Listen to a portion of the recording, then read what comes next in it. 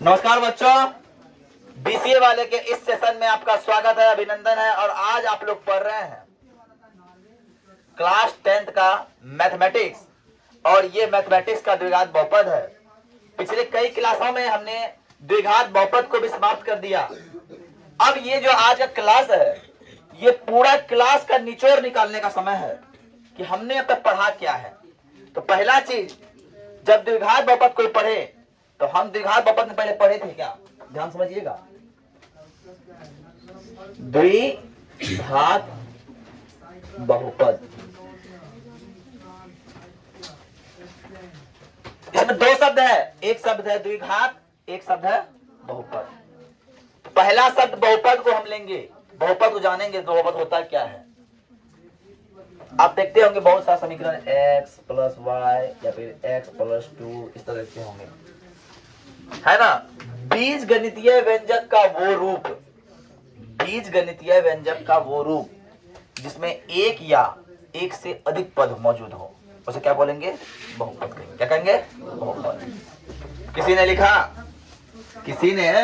लिखा, क्या लिखा, x plus 2 plus x square. कितने पद दिख रहे हैं आप लोग को, 3 पद, तो इसे भी हम लोग बहुपद कहेंगे। कोई लिखा x प्लस 5, कितने पद दिख रहे हैं, 2 पद, इसे भी हम बहुपद कहेंगे। अब द्विघात किसे कहेंगे और त्रिघात किसे कहेंगे और रैखिक किसे कहेंगे, तो बात समझिए। रैखिक बहुपद वो होता है जिसका पावर 1 होता है, इसका होता है ax प्लस b बराबर 0। ax प्लस b बराबर 0, इसको हम लोग रैखिक कहेंगे। क्या कहेंगे, और लिखेंगे ax स्क्वायर प्लस bx और प्लस c, ये हो गया द्विघात। और लिखेंगे ax cube plus bx square plus cx plus d, से करेंगे। यहां से बात समझ में आ रही है। इसका अधिकतम घात कितना है, तो 1 है। इसका अधिकतम घात कितना है, 2 है। और इसका अधिकतम घात कितना है, 3 है। इसलिए ये 3 वाले त्रिघात हो गए, 2 वाले द्विघात हो गए और 1 वाले रैखिक हो गए। बात समझ में आ रही है। आज लिखने जरा, समझने पर गौर करना है आप लोग को। तो द्विघात बहुपद का फॉर्मूला होता है सर, आपने लिखाया है सर कि ax square plus bx plus, जहां ये क्या होता है, ये कभी भी 0 के बराबर नहीं होगा, ये कभी भी 0 के बराबर नहीं होगा। इतना बात समझ में आ रही है, ध्यान समझिए। हमने पिछले क्लास में ये भी जाना है कि x को, जब हम इस में x का मान निकालते हैं गुणनखंड विधि से, x का मान निकालते हैं, तो उस x का मान को हम लोग शून्यक कहते हैं। क्या कहते हैं, कहीं कहीं मूल कहा जाता है, कहीं कहीं मूल कहा जाता है। मूल बोलिए या फिर शून्यक बोलिए, क्या बोलिए, मूल बोलिए या शून्यक बोलिए। यदि, है ना, इसके शून्यक अल्फा और बीटा है। शून्यक करने का मतलब क्या, x का मान क्या है, x का मान अल्फा भी है और x का मान बीटा भी हो। इस सिचुएशन में x का मान अल्फा भी हो, x का मान बीटा हो। एक x है, x का मान अल्फा भी निकल रहा है, बीटा भी निकल रहा है कि नहीं। द्विघात बहुपद में x के 2 मान निकलते हैं, कभी 3 निकल जाता है तो कभी -3 निकलता है क्या ना। अल्फा -3 बीटा -4, अल्फा -1 बीटा -1, ऐसा भी होता है कि नहीं होता है। तो अल्फा बीटा क्या है, तो अल्फा, पहला x का मान अल्फा है, दूसरा x का मान बीटा है। मतलब ओवरऑल बात ये है कि x बराबर ही अल्फा और बीटा है। तो अब यहां से एक बात बोला कि अल्फा बीटा क्या है, शून्यक है। तो शून्यक का योग का फॉर्मूला क्या होगा सर, शून्यक का योग का फॉर्मूला क्या होगा सर, तो शून्यक का योग, शून्यक का योग, शून्यक का योग, और उसको शॉर्ट टर्म में बोले तो अल्फा प्लस। अब इसका फॉर्मूला होता है -b बटा a, और आपको पता है कि बी किसे कहते हैं, ए किसे कहते हैं और सी किसे कहते हैं। हम बताए थे कि जो एक्स स्क्वायर के बगल में हो वो ए है, और जो एक्स के बगल में हो बी है, और जो अकेले हो सी हो। तो अब मान लीजिए अगर आ गया ऐसा समीकरण आ गया A Y square plus B Y plus C, तो सर बोलिएगा सर यहाँ पे स्क्वायर एक्स तो है नहीं, एक्स तो है नहीं, तो ये अल्फाबेट ये कैसे होगा ए बी सी। आपने तो एक्स बताया है, मेरा एक्स कहने का मतलब ये है कि किसी भी अचर का स्क्वायर, सॉरी किसी भी चर का स्क्वायर, किसी भी चर के स्क्वायर है ना, जैसे वाई का स्क्वायर हो, कहीं जेड का स्क्वायर हो, कहीं पी का स्क्वायर हो, कहीं क्यू का स्क्वायर हो, तो ऐसे सिचुएशन में स्क्वायर वालों के बगल को हम क्या बोलेंगे, ए बोलेंगे। और जो मान लो पी के बगल में हो, क्यू के बगल में हो, एक्स के बगल में हो, वाई के बगल में हो, तो उसको हम बी बोलेंगे। और जो अचर पद हो उसमें, जैसा कोई जो अचर पद का मान बदलता नहीं हो, वो क्या है, वो सी होगा। बात समझ में आ रही है? तो हमने कहा सर शून्यक का योग होता है अल्फा प्लस बीटा, और शून्यक का योग क्या होता है, अल्फा प्लस बीटा, और उसका फॉर्मूला होता है माइनस बी बट्टा ए, और शून्यक का गुणनफल होता है, शून्य का गुणनफल, गुणनफल होता है सर, शून्य का गुणनफल होता है। गुणनफल मतलब अल्फा गुना बीटा, अल्फा गुना बीटा, और इसका फॉर्मूला होता है सर सी बट्टा।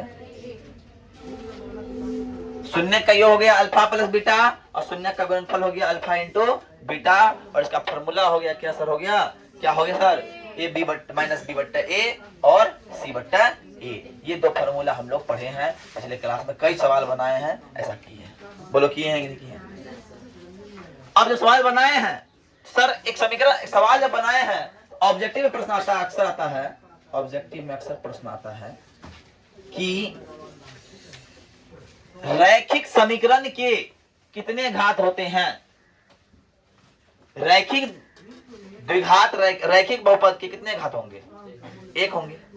पहला क्वेश्चन है कि रैखिक बहुपद के कितने शून्यक होंगे, जिसका घात एक उसका x का मान एक, जिसका घात दो उसका x का मान दो, जिसका घात तीन उसका x का मान तीन। x का मान कहने मतलब शून्य तीन होगा। बात समझ में आई? तो रैखिक बहुपद के कितने शून्यक होंगे सर, तो एक शून्यक होंगे। द्विघात बहुपद कितने शून्यक होंगे, दो शून्यक होंगे, और त्रिघात बहुपद कितने शून्यक होंगे, तीन शून्यक होंगे। बात क्लियर समझ में आ रही है? और एक सवाल दिया है कि 6x स्क्वायर, ध्यान समझिएगा, आप प्रश्न को लिखना भी है, थोड़ा थोड़ा देखिए। 6x square, 6x square minus 11x plus 3, 6x square minus 11x plus 3 के शून्यक का योग ज्ञात करें, के शून्यक का योग ज्ञात करें। शून्यक का योग, शून्यक का योग, शून्यक का योग ज्ञात करने बोल रहा है। तो योग का फॉर्मूला होता है सर अल्फा प्लस बीटा बराबर माइनस बी बट्टा, और हमारे पास बी क्या दिख रहा है, आपको दिख रहा है बी, इसमें दिख रहा है सर 11 माइनस 11 दिख रहा है, माइनस 11 दिख रहा है, और ये क्या दिख रहा है 6 दिख रहा है, माइनस माइनस प्लस हो गया 11 बट्टा 6, इसका आंसर हो गया 6 बट्टा 11 बट्टा 6, इसका क्या हो गया, आंसर हो गया। बोलो बात समझ में आ रही है?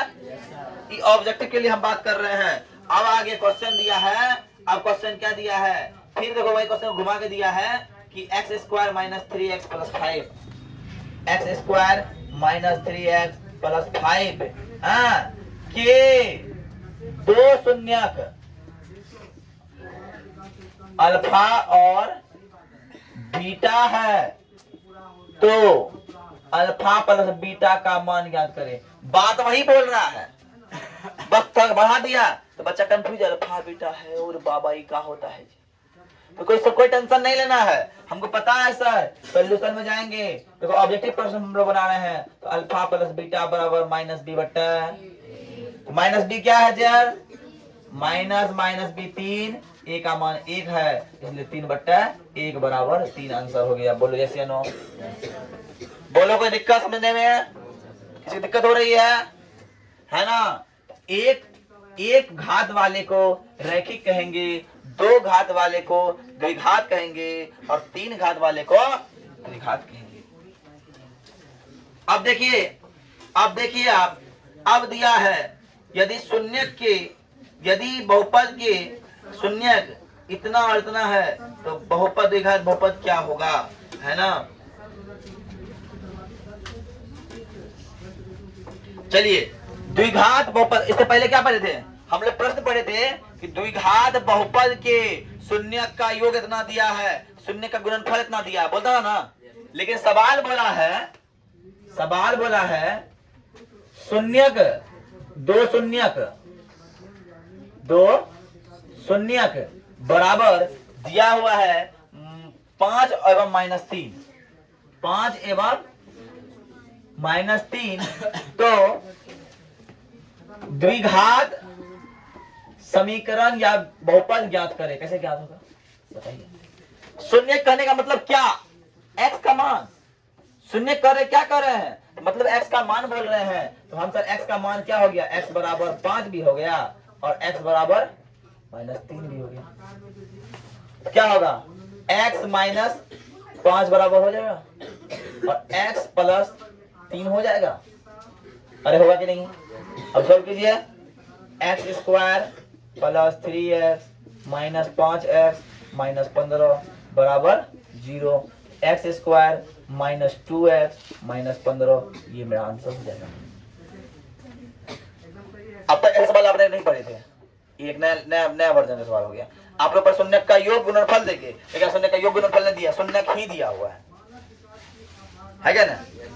शून्यक का योग नहीं दिया, गुणनफल नहीं दिया है, शून्यक ही दिया है। मतलब x का तो वैल्यू दिया है, x का तो वैल्यू दिया, इसका होगा कि नहीं होगा। आप इसको तोड़िए, इसका मान ये निकलेगा फिर, है क्या ना। मतलब अगर आप लोग किए क्या थे, इससे ये निकाले थे, है ना। अब तक इससे गुणनखंड ये निकाले थे कि नहीं निकाले थे। लेकिन क्या करना, अब ये से गुणनखंड बिना करना ये निकालना है, कर सकते हैं ना। उतार लीजिए, उतारिए सबको, इसे उतारना जरूरी है, समझ में आएगा।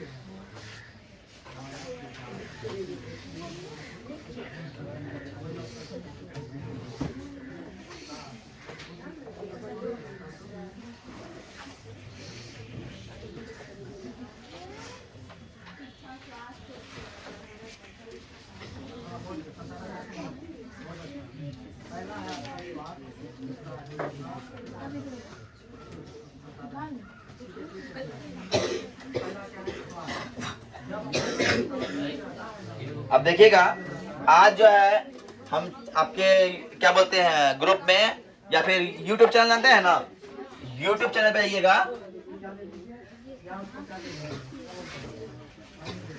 YouTube पे जाइएगा ना, तो वहाँ एक पोस्ट होता है, पोस्ट में आपको ऑब्जेक्टिव डाल देंगे, ऑब्जेक्टिव से, तो वहां से ऑब्जेक्टिव देख सकते हैं, ठीक है ना। YouTube के पोस्ट से कैसे देखना है, देखने के लिए बताते हैं आप लोगों को कैसे देखना है।